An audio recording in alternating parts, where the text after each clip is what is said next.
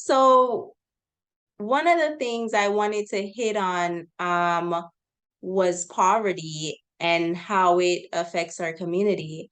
I know we weren't necessarily talking about poverty in our messages, but we did hit on how I was saying, there's celebrities that, you know, are higher up. I mean, they help out a little bit, but they don't try to give too much. So I guess my next question would be, what can we do to solve some of the issues with poverty in our community? Yeah. Like I said, I used to work with a organization that we did search and rescue for homeless veterans, not just downtown, but like off the freeway, in the camps, in the mountain areas, and there was a level of trust that we had to establish with them before they even opened up to talk to us. But as we started meeting veterans, I started listening, and we met a guy that was like, he didn't want no help from the government because he had some bad experiences. And what I started to look at for myself was, we have this conversation called objectification, where we objectify one another. And so, who is it for me to say that that person is living in poverty or because they're homeless? Like, those labels disconnect us. That's a person. But even the objectification that we put on the label of celebrities, that's a celebrity. So they should, like, there's an expectation that comes with what they should do with their money. But we don't get a say so in that. That's their money. But it also deals with, again, you know, what's their relationship to money, right? Mhm. Because now we have, as a human being experience, we have an experience in relationships to relationships. We have an experience in relationship to time. So what's your relationship to money? And for some people, money is scarce. And how they grew up around money and how their parents was about money. And then now that they got, money with their talents, they're like, hey, I'm not going back to that state. This is scarce. So I might not get any more.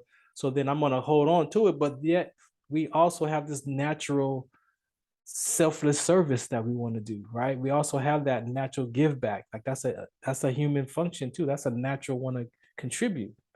So you battle with, well, I want to give some, but I can't give it all, because if I give it all, then I might not make another. I might not make any back. So it goes back to self-preservation. It goes back to, I mean, it could go back to hoarding, it could, but I believe that we have a relationship to money. All of us do. And until you start to figure out what your relationship to money is, because I said people who make $30,000 and have a great life because the money is their tool and it fits what they live. But we could say, I need $100,000 to live for my lifestyle. But yet we call the person who makes 30,000 poor, or, you know, we label people. So the label of the objectification about labeling one another disconnects the humanness. To me, it disconnects the humanity. And then I can talk to you as a homeless person. I could talk to you as somebody who's in poverty. And then you look at the government system. This is what I say today, and I say that, and I live by this conversation. They don't want to solve homelessness. The conversation is worth billions of, just to talk about it is worth billions of dollars. So why would you want to solve something when you're making money off the conversation? It could easily be resolved with the amount of money that they've sent overseas and do all whatever that this United States does. We can't solve the homeless issue, but how much do they make just talking about it? And the organizations that make money just talking about it. So they want to solve that. So the best thing that we can do as people, again, is search your own heart and your own mind on how you view money, and then figure out how you want to contribute back to that conversation. But it's their people. Poverty, we're labeling a class of people who might not consider themselves as and being in poverty. No, that's true.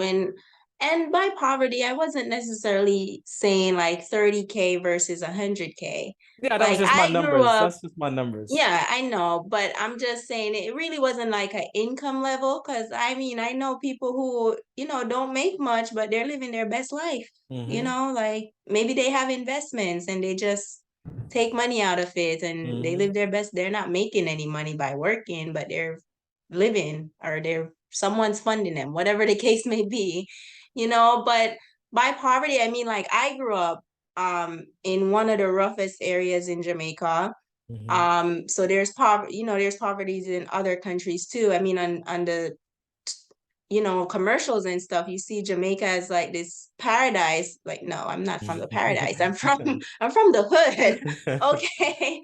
I'm from where we used to be. I used to be outside washing clothes for like hours. You know what I'm Mm, saying? Like, I'm talking poverty in the more in the sense is not in being able to afford certain basic things in life. mm, Healthcare and just even food sometimes, yeah.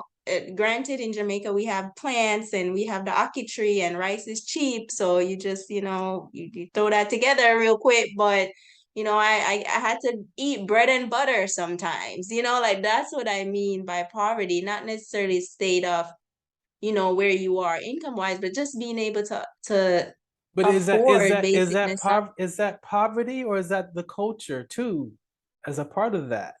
You can't say it's the culture because there's nicer middle class, upper class Jamaicans that, I didn't even know those exist until I got older because I Oh, grew up in the hood. So I thought this was normal. everybody, yeah.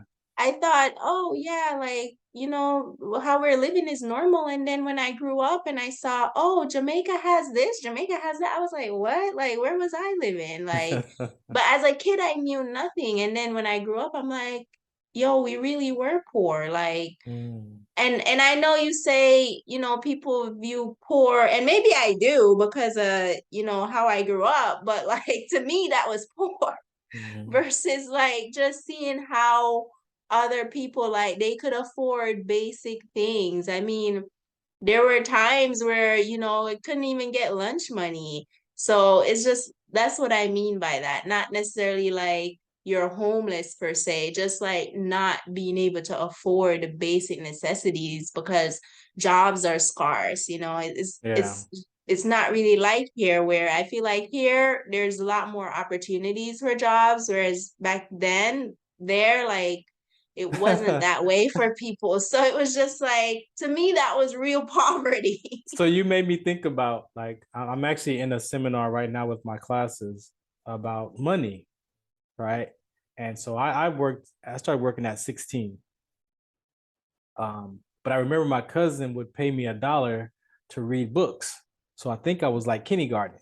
So I was making money reading books.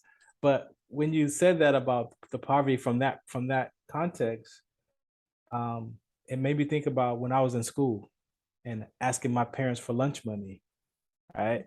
And they would give me like $2 a day. I'd be like, dude, $2 a day ain't gonna do nothing, man. By the time I play a couple of video games and eat breakfast and lunch, the money's gone. And so I felt like we were poor. So then I wanted to get my own job, right? And so that forced me to go get a job at 16 because I wanted my own money because I wanted these shoes and my mom wouldn't buy me those shoes or these clothes. So I can relate to you in that sense of, the experience of it, but were we poor? I think my mom had food stamps. I can remember going to the store and her paying with food stamps, but I knew that that was embarrassing more than anything. I don't know if I considered it being poor, but I knew how people talked about people who got food stamps and lunch tickets because he didn't have money. So that was kind of my version of that. And it was a very emotional, very, very emotional charge because as a child, I didn't understand at the time what was going on. So I could hear how as a child growing up in that environment, and then you see others who have stuff that you don't have, could that be the kind of poverty stuff that you're talking about, or is it deeper than that? Because in Jamaica we don't have foods. We didn't have food stamps. Okay. You better go pick a ackee from the tree and go buy some flour, make some dumplings and throw it together. Like we did not have no food stamps. So I no don't know if they have comparison. it now, but back then, like no, like you had to hustle to make some money. And some people had hard times getting jobs. There's some people that got out of it. My Hmm. mom, she used to travel overseas, buy and sell clothes until she eventually migrated to the States. She left me and my other siblings there so she can get a better life. Hmm. We actually lived more privileged than other ghetto kids because my mother was in the States sending back money, but there Right. still were rough times. There still were times where it's like you can't afford certain things. And then, just other people around us, they didn't have the same luxuries. So to me, it's just like, But do we get a real say in that though? I guess that's my question is how much of a say do we get in that? I don't well, you have a valid point there. It's like we can't say because it's how bad emotional. people have it, It's an but when you emotional. talk to them, they feel like, yeah, I wish I had more. Like, Well, yeah, that's normal. I mean, I wish I had more, but I there's wish I could get to a more stable place. Let me put it that way. It's not even about being rich. It's more so about being in a more stable place yeah, where the basic okay, if I necessities. get sick, I can afford or my healthcare will cover me. You know Yeah. what I'm saying? Like, but being scared to go to the doctor because you don't have insurance or like you don't have the money to pay the doctor, to me I have friends who have medical insurance and are scared to go to the doctor because they're not going to get taken care of by the doctor. They feel. that's true too. But yeah, people exist like that. But not specifically speaking of those. I'm specifically speaking of the ones, I guess, because to America is very different from Jamaica too. It's Yeah. like, like the like public type clinics you guys have here versus the ones in Jamaica. It's like Too complete different. Yeah. difference. You Yeah. get way more help here. So it's probably harder to understand. Because there was a point where I was kind of like thinking like, okay, why can't these people do better? And Right. why? But it's like, it's harder there. It's harder and rougher to do better. It's not as simple as, oh, I can't find a job, so let me go Uber real quick. It's not like that Yeah. there.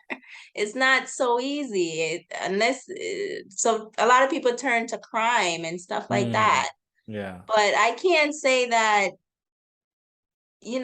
I know you say, who am I to say that they're in poverty, but they'll tell you they're in poverty. So those are the type of people I'm talking. I'm not talking about the ones who, they're poor, but they're happy about it. Yeah, Or no, not, let me and not say it's poor, but difficult. they're not where they want to be, but they're cool with it. I'm not talking about those.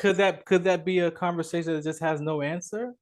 And we just find ways to contribute to them with what they need versus what we think that they need?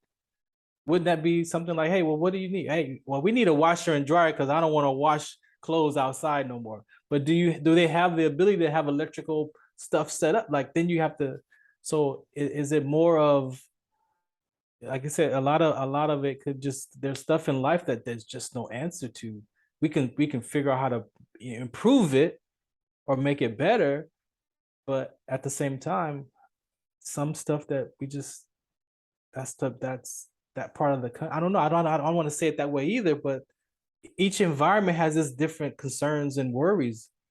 And like I said, I can relate to you in the concerns and the worries because I have people who live with sickle cell, my friends, and they have health care, they have, but they're like, I don't want to go to the doctor because I don't want to die at the ER, right? But Mhm. then they challenge their body because now you're going to challenge that illness at home and you don't know what's going on. So they don't want to go to the doctor because they treat me like a drug seeker. So I think each environment has their thing that they deal with and a lack of. But is there a true answer to that? I don't know. What would it take for someone like your mom to, like, you know what? I got the courage to get out of here. Like that, like I got the confidence that I could go, I don't have to live in this kind of environment anymore. Like some people find that confidence and that courage to move and not be a, how we say, a product of our environment. I know some people just find it and some people never find it. And then maybe because you know that and you had your experience, that could be something in life that if that mattered to you, then maybe there's something that you could create to go back and figure out, hey, I didn't have this when I was growing up. Does anybody out here like care about this kind of stuff? Like when I was growing up, and you might have people like, nah, we ain't worried about no washer. We like being out here washing clothes like this. Some people, you know, their environment teaches them. I'm just saying, who really knows unless you have a conversation with that person, like with that person. Say, hey, how is it for you as a child living here in Jamaica with doing this and this? And then here, hey, you know what? Yeah, I'm struggling. Well, what's your struggle? And then find out and I believe that's in communication.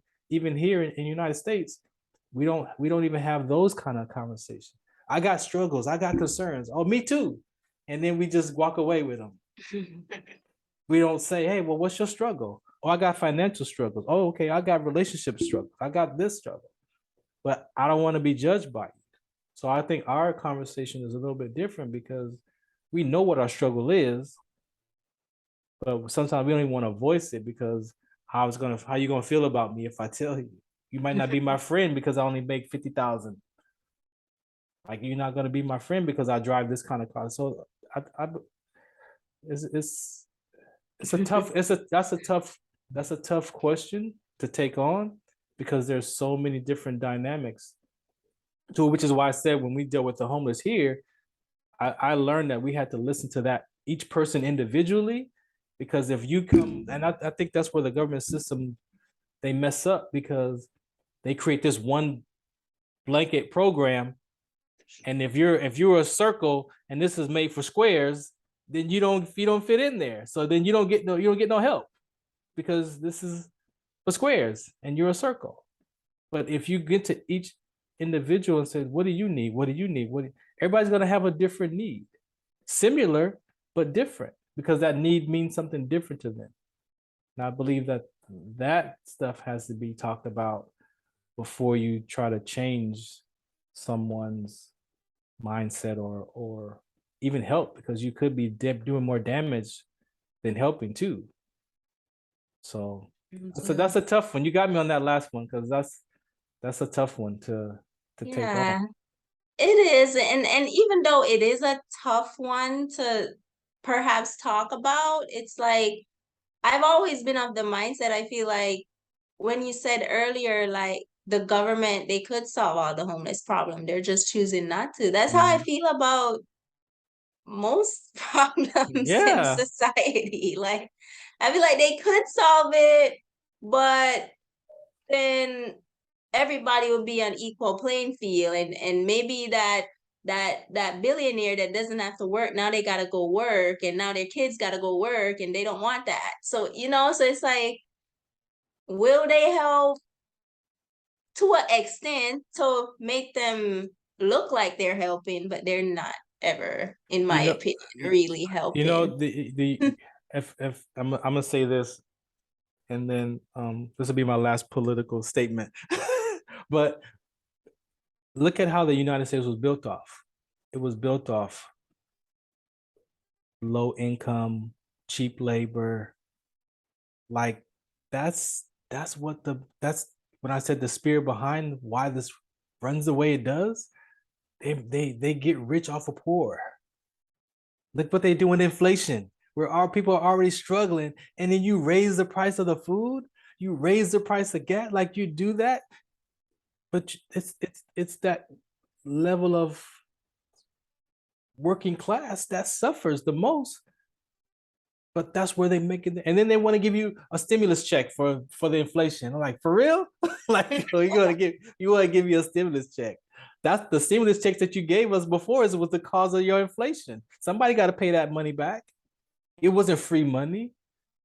But that's why I say those, when we talk about the system, those are the we call them the Englishmen, the people who run the country, who run those systems, that those systems benefit them, not the benefit the people.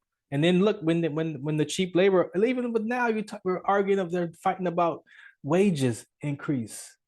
Like again, it's all about the cheap labor. And if they're not, they're gonna go, so they move businesses to other parts of the world for cheap labor. Like that's what they did here. They built this country, cheap labor. Now we want to be included. We got aspirations. We want to make money too. Oh no, no, no. We're gonna take this job over to Mexico. We're gonna take this job over here where we can get it done for cheaper. So we can either be stuck in that, or we could figure out, like, figure our mindset around that and figure out, okay, what's my part in this? What's my part is for myself and for my family, so that we don't, we can think about these systems than to be at the effect of the system. And I believe that we can have conversations to teach people how to think about the systems, but not what to think, because you have to discover yourself up against that system. Free yourself from the conversation of the world, and then figure out, okay, how do I have this benefit myself? What do I need to become? Who I need to have a level of confidence to go up against this system, so that I can have something for my family, not be at the effects of the system. And a lot of times I think we're just at the effect of the government system. And then that's draining by itself, because now we're blaming the system, but then I'm not doing anything, or I don't have the confidence to go get my own job, as we talked about earlier, to figure out what's my passion. Then I'm not going to worry about the government system. I'm going to figure out what I care about and maybe go do that as a job. And then now I'm making money, or at least I'm being fulfilled. Oh, yeah. And it doesn't matter how much money I make. It's the fulfillment in life that I believe is, at the end of the day, we want. No, yeah, no, that's so true. And I'm happy you hit on that last part, because I was gonna ask, like, do we just sit back and let the system do its thing and take away all the jobs, and then we have nothing. But I'm happy you hit on that last part, like getting your confidence on how to combat the system. Because I think about these things a lot. Like my mind is just like always constantly thinking about, okay, how do we solve this? How do we solve that? I mean, obviously, I do want to go back to where I'm from in Jamaica. And I know sometimes people say, don't go back. They'll just do this or they'll do that. But I'm just like, if they do it, they do it. We all gonna die anyway. So it is what it is. Like, but that's but that at least I know self-preservation. I've tried my part, and I haven't gotten there yet to doing it, but it's definitely something that is in the works. Mm-hmm. And then I want to, solve even problems here as well. But we have to have the conversations to see how do we go about solving. Because if you're just like, oh, I'm gonna solve this problem, and you're just like winging it, nothing really gets done. You're just winging it. No. But this was a great conversation. I don't know if there was anything else you wanted to hit on. No, I think I pointed everything back to what I see. A lot of the stuff that we deal with in our society, the social ills, is that relationship, is that family. The family creates the community creates a society, and the society creates a nation. And so if you drill down to, at its core, it's that relationship between that man and that woman. And then it's a relationship between that man and himself first. Because how I treat myself is how I'm going to treat you. And that's where the Bible talks about love your neighbor with the same measure that you love yourself. Well, then if I don't love myself halfway, I can only love you halfway. And so that's true. You have to figure out for yourself, and like I said, a lot of us deal with wounds, and we don't admit it. And that's why therapy is so great. Therapy for me I took cognitive behavior classes. And I tell you, when I put my life when I was honest with myself, because I was willing to do work and I was honest with myself and I put my life in that class, I saw that my thoughts were so exaggerated. I could, I used to say I don't trust women because I didn't trust my mom. That's where it came from. But my mom represented all women. So when I grew up, and then all the episodes and the evidence that I collected, oh yeah, I definitely don't trust women because she's gonna leave me. Look at this one left me. Look at this one. Even if I sabotage it, oh, she still left. See, I knew you was gonna leave, but I sabotaged the relationship. So when I was able to do that and put that in that mental health course, I could no longer say I don't trust women because I could see where I can't use words like all or none. Like there are certain words that we use to describe life that's not exactly how it's described, especially if how I describe it and you describe it differently because it means something different to you. So we're pointing to the same thing with two different descriptions versus saying then what's so about that conversation.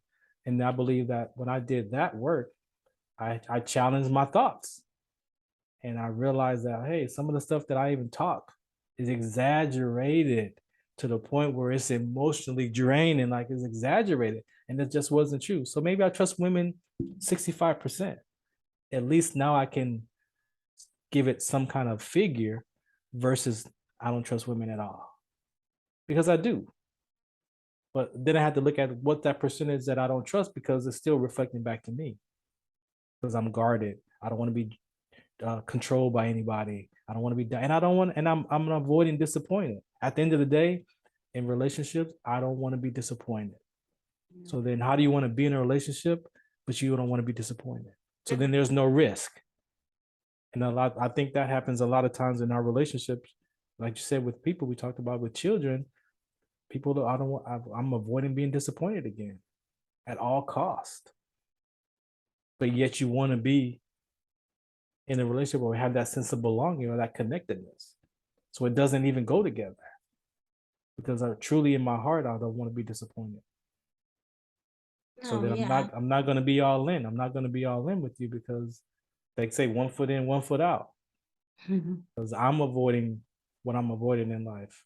And it's costing me relationships. It's costing me love. It's costing me well-being. It's costing me joy. It costs us something when you pretend and you don't tell the truth about how you feel about things, or at least express them. It costs.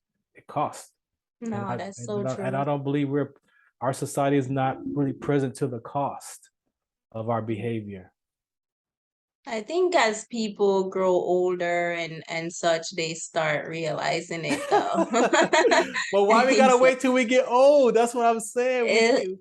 We don't have to that's wait why till we we gotta get teach it old. young. It has to be taught young. Yes. You know, so people can live. I've come across a lot of people who paid that price. And Yes. by the No. time they're like old, and you know, some of them try to like instill better into the next generation, and at that point sometimes that's all you can do. Yeah, exactly. Exactly. So that's why I say there's conversations that we can truly have with our younger generation, so we can start making those corrections now, because they're the next politicians, they're the next governors, they're the next doctors and mayors and whatever. And if we don't interrupt that cycle with some knowledge and some communication skills and some, again, self love and self worth early, so when they start to experience life, they can pull from that and not pull from the womb. True. Because we pull from the wombs and we're like, that's what I'm gonna do. That's how I survived that last womb when I got disappointed. That's how I survived. And then we wonder why life keeps looking the same way, because we keep doing the same thing to survive those moments. So it's always gonna be your fault because I did what I did and she didn't do what she did, so it's her fault. And now we just blame each other. That's so true. And I'm so happy we had this conversation, because Thank you. I feel like whenever I have these sorts of conversations, I always come out with even a better perspective on certain things. You know, and like you talking about the poverty stuff and how I view poverty, and I'm just like, you know what, maybe you are right. Maybe I do need to revisit that. Like, you know, so I always love having these conversations because I come out of it I feel like even better. Yeah. And I think a lot of people, if they have these conversations, they can be better. They can be better not just for themselves, but their family and the society at whole. Yeah. So I really do appreciate you coming on No and problem. sharing Thank your you. perspective. It definitely has me thinking a lot. I'm probably gonna rewatch this like, you know, Cool deal. because a lot was said, and I think it's important to continuously have these talks until, well, we're probably never gonna get to perfect place. So Yeah. it's just gonna be something you have to continually do until you know, people start opening up more and having these conversations more and just getting better in general. So And thank you that's so that's the much. only reason why I do my talk show these days. And I take on in different, contexts, military, sports, athletes, because we all, there's a sense of relatedness, right? And if you have a conversation and you're listening to that person as your guest, you can hear where they're coming from. You can hear the words, and now you can speak to that and not the upset. You can speak to that and, oh, why'd you say it like that? Why'd your voice go high when oh yeah, then what is that, right? And then so now they get to open up, and then it's a different experience when you have a conversation of versus debating. We could debate all Mhm. day long, and I want to be right about it, but nah, that's for other superficial stuff. No, that's true. That's true. Well, I want to thank you so much for coming Thank on you. my channel. Yeah. Let the people know where they can find you at again. And yeah. Yeah, for Farron Dozier, FarronDozier. It's on Facebook, Twitter, Instagram. You'll find all of it, and all the conversations that I'm up to. Just Google that or search that. Okay. Thank you so much. Yeah, thank you. I want to thank you guys so much for watching, and I will see you in my next video.